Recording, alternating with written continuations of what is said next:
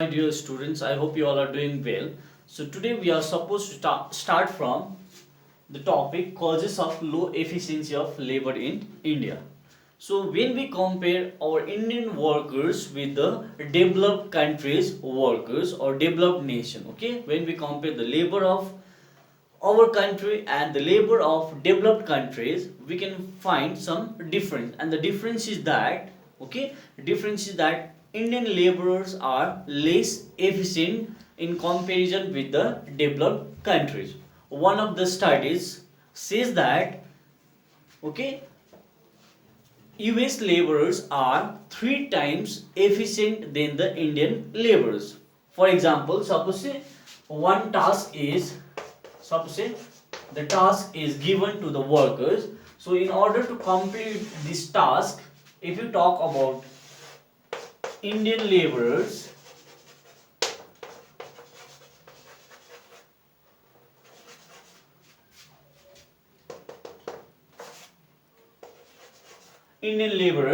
then 3 Indian laborers are needed. And if we talk about US,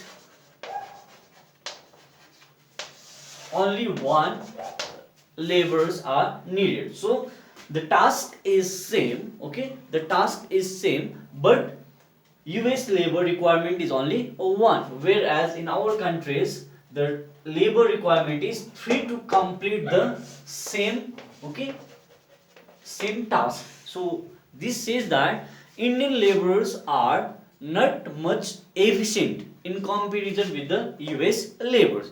Now the different reasons are there, okay, different causes are there. Now we are going to discuss the causes, okay, causes of that low efficiency of Indian labor. So first reason, okay, is low wages, okay, low wages. So this is one of the most important causes of low efficiency of labor in India. We can see that the wages, okay, given to our laborers, okay, in our country is very less, and whatever the wages the workers are getting, that is not sufficient to fulfill their basic needs also, okay, they are hardly managing their basic necessities, okay. So because of that low wages, what happens that their standard of living is very low, and once their standard of living is low, they are poorly fed and ill clothes, okay. So if the wages is low, what will happen?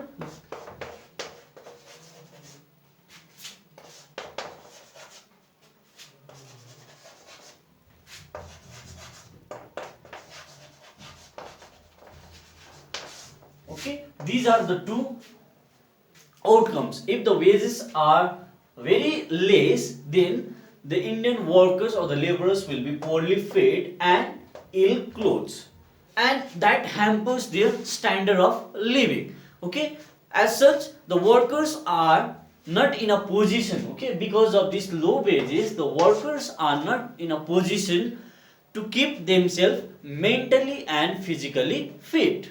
Once again, if the wages is less or wages is low, Indians worker will not be able to fulfill their basic needs, and if somehow they are managing to fulfill their basic needs, they are not in a position to keep themselves, okay, physically and mentally fit, because their standard of living is very low, they are poorly fed, ill clothes, and that hampers their efficiency to work. That's why the efficiency of Indian workers is very less.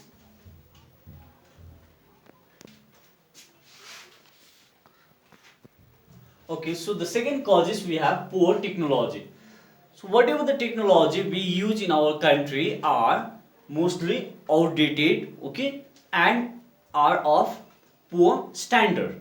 And because of that poor standard and outdated technology, even the laborers are not able to improve their efficiency. And besides that, what happens sometimes is that there is a continuous or sometimes a breakdown of the machines, okay, this one cut up of electricity, and because of that breakdown of machine, irregular service of electricity, that all discourage the workers, and finally that hampers the efficiency of worker, and due to that lower efficiency, the laborers are deteriorating their quality. They are not able to improve their quality. So this poor technology also play a vital role to decrease the efficiency of labor in our country. Now the third causes of low efficiency of labor in our country is education and training. So due to lack of proper education and training in our country, okay, the efficiency of worker is not good. The efficiency is less because the proper training is not given to the different categories of workers. Education, whatever education we are getting only traditional, okay, bookish knowledge, but we are not provided with the other training that helps to improve the efficiency of labor, and that causes low efficiency of labor in our country. Okay, now fourth causes is hot climate. Okay, so India is a subtropical country and its climate is very hot. This is the most important natural causes to lower down the efficiency of workers, and because of that hot climate, because of that hot weather, we can see that the workers are not able to dedicate themselves with their 100%, and because of that their efficiency is low. Now next we have point number 5, workplace, okay, or place of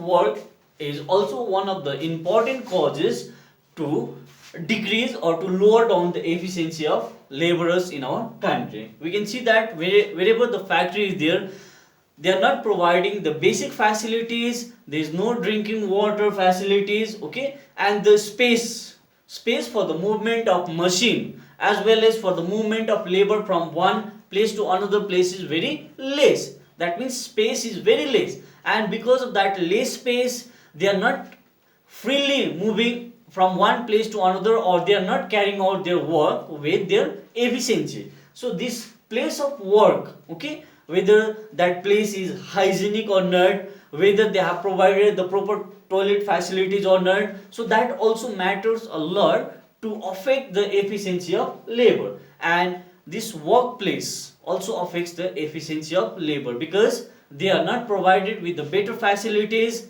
and that discourages the workers to improve their efficiency. Okay, next topic we have suggestion to improve the efficiency of labor. So what we will suggest, okay, to improve the efficiency of labor.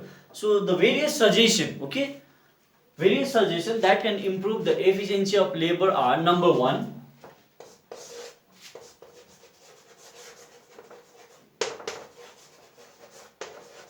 higher wages. Okay, laborers should be given or they should be paid higher wages so that they can improve their standard of living, okay, and they can fulfill their basic needs with what they are getting. So these higher wages play a vital role to improve their efficiency of labor.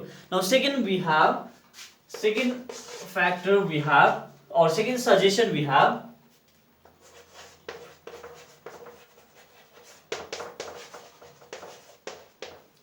working condition or working place. So they should be provided with the better facilities, okay, and the working condition should be also improved. Then only that will increase the efficiency of labor. Now third factor we have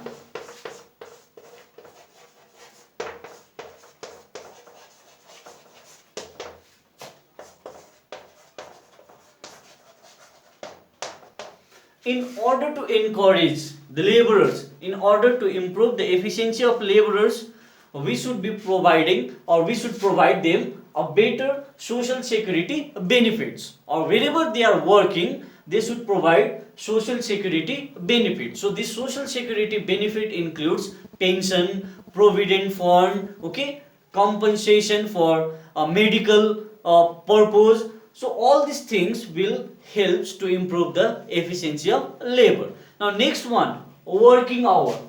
Point number 4.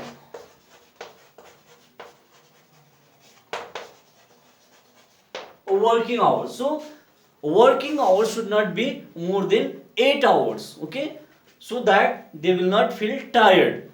If you are asked them to work for a longer hour, they get tired, and that will hamper the efficiency of labor. So working hours should not be more than 8 hours. Next we have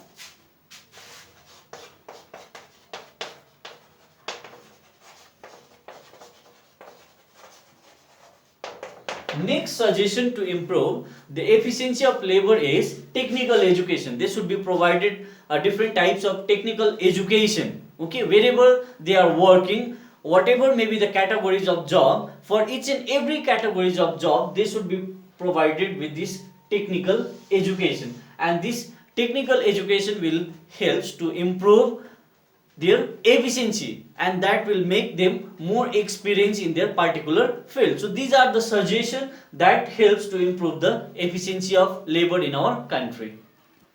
Okay, next topic we have division of labor. Okay, so by division of labor we mean specialization in a work, or the separation of work process into number of tasks. We can say that by division of labor will mean specialization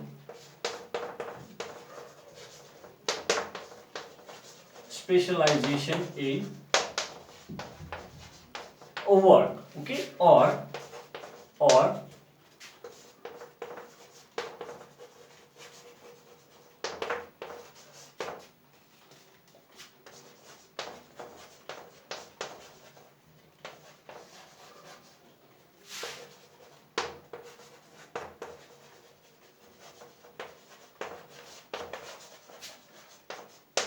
okay. So what is division of labor? Division of labor means specialization in work, or we can say that separation of work process into number of tasks. When we are separating the labor for each and every task, then we can consider that concept as a division of labor. Now this division of labor is divided into different parts. Number one we have, first one we have simple division of labor.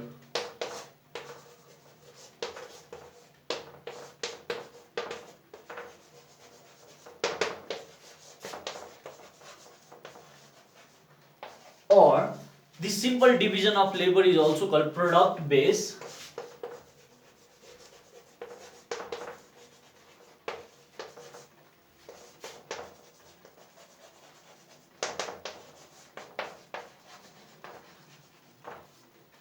simple division of labor or product based division of labor. So simple division of labor is that type of labor he will be completing all the tasks or all the steps of production by himself.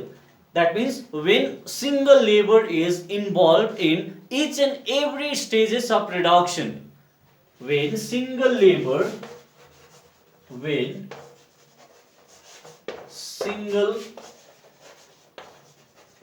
is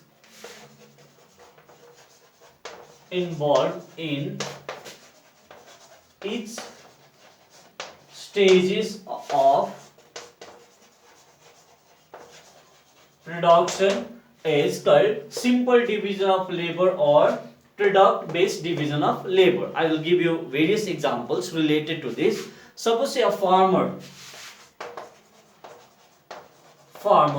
okay, farmer will be involving himself, okay, in each and every stages of production, starting from preparation of land, okay, starting from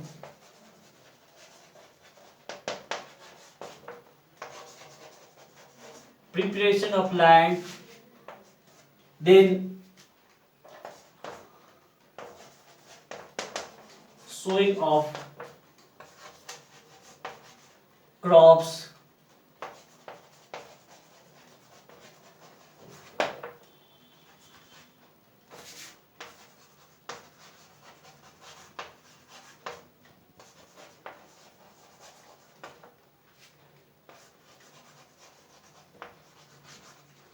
okay. Suppose say a farmer, okay, farmer when he is involving himself in each and every stages of production, then that type of labor, division of labor is called what? Simple division of labor. So best example is farmer. Now farmer, he will be doing each and every stages starting from preparation of land. So first step he has preparation of land, after that sowing of crops, okay, then removing of unwanted weeds, and after that harvesting. So when he is involved himself, or when he is involving himself in each and every stages of production, or if all the task is done by a single labor, okay, each and every task is done by a single labor, then that concept is called simple division of labor. Now I'll give you one more example. Suppose say a doctor, okay, doctor starting from treatment, testing of different or diagnosis of disease sector, everything is done by single labor, then that can be also considered as a simple division of labor. Now second type of division of labor we have complex division of labor, or that is also called process based division of labor. So what is that complex division of labor? So complex division of labor is that type of labor, okay, in each and every stages of production, okay, in each and every stages of production, different laborers, okay, different specialized laborers are involved to carry on the production. So that type of division of labor is called complex division of labor. I'll give you one example. In modern economy, let's consider a garment factory, okay. In a garment factory, okay, in each and every stages of production, some specialized laborers will be there. So suppose your first labor is doing the task of measurement of clothes, and the second labor is doing the task of cutting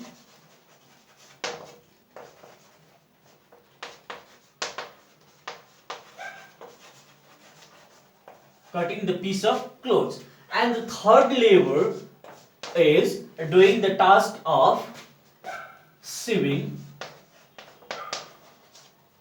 and suppose a fourth labor is doing the task of fitting buttons, and suppose a fifth labor is doing the task of irons, etc.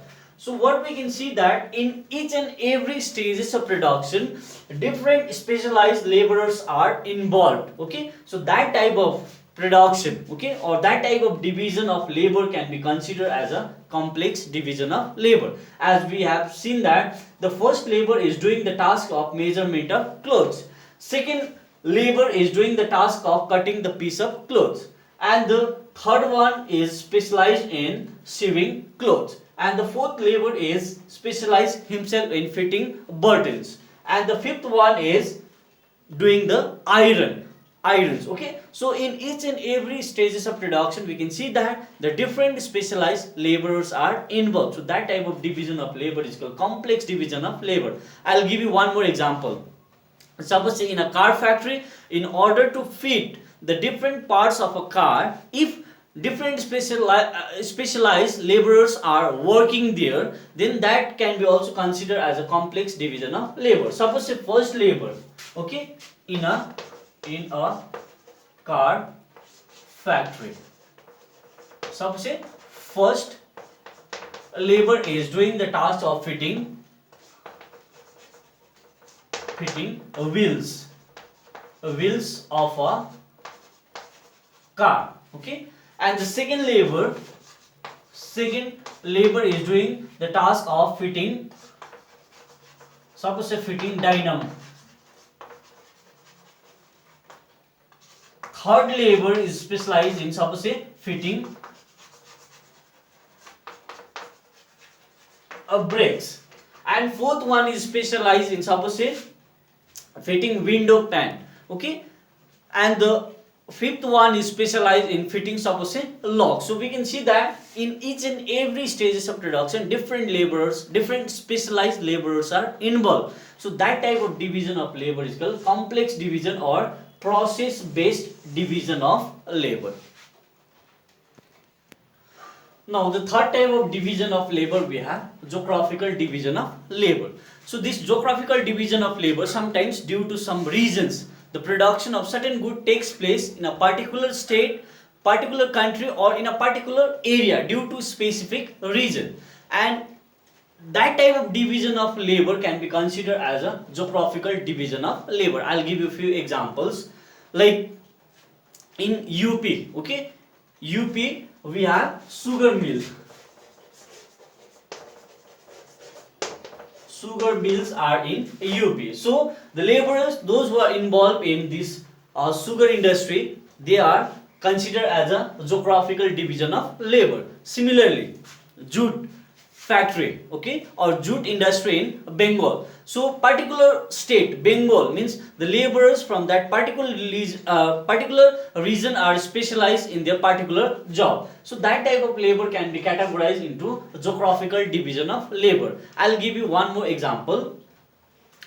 The helpers, okay, helpers or the porters, those who are near the base camp of Mount Everest, okay, they are helping the climbers, those who are going to climb the Mount Everest. So they are the specialized labor, or they are the geographically division labor for that particular area, that is Mount Everest. If I take some laborers from maybe Delhi or Gujarat and ask them to work there, they won't be able to complete their tasks. So the one who is specialized in their particular region, particular area for the particular job, that can be categorized as a geographical division of labor. So the laborers, those who are working near the base camp of Mount Everest and helping the climbers, so they can be categorized as a geographical division of labor. Similarly, we are talking about state, country, or some specific area. So sugar mill is in UP, okay, sugar mill is in UP. So the laborers, those who are working in the sugar mill, can be considered as a geographical division of labor. Similarly, we have taken the example of jute industry is in Bengal, okay, Bengal. So those who are working in jute industry, they can be considered as a geographical division of labor.